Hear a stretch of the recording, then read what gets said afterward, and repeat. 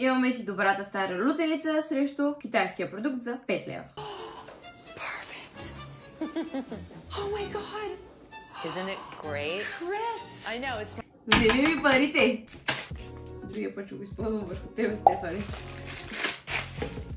Това решава проблемът на всяка жена, защото е уред, който ти помага да си отвориш буркана. Хайде да видим за 5 лева дали ще свърши мъжката работа вкъщи.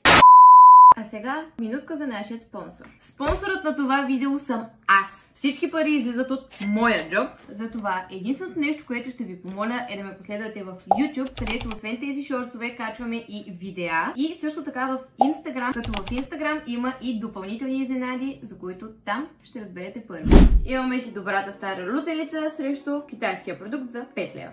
Започвам.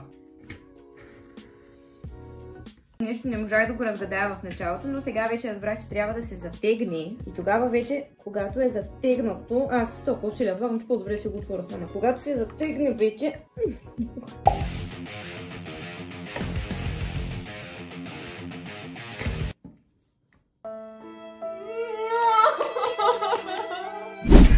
Хора, както видяхте, за 5 лева по-добре си дайте парите за една лютеница, използвайте си една лъжица вкъщи или кажете колко сте силни дами. Но си давайте парите за това нещо, защото тази отварачка за буркани отива на буклука. И си давайте пари.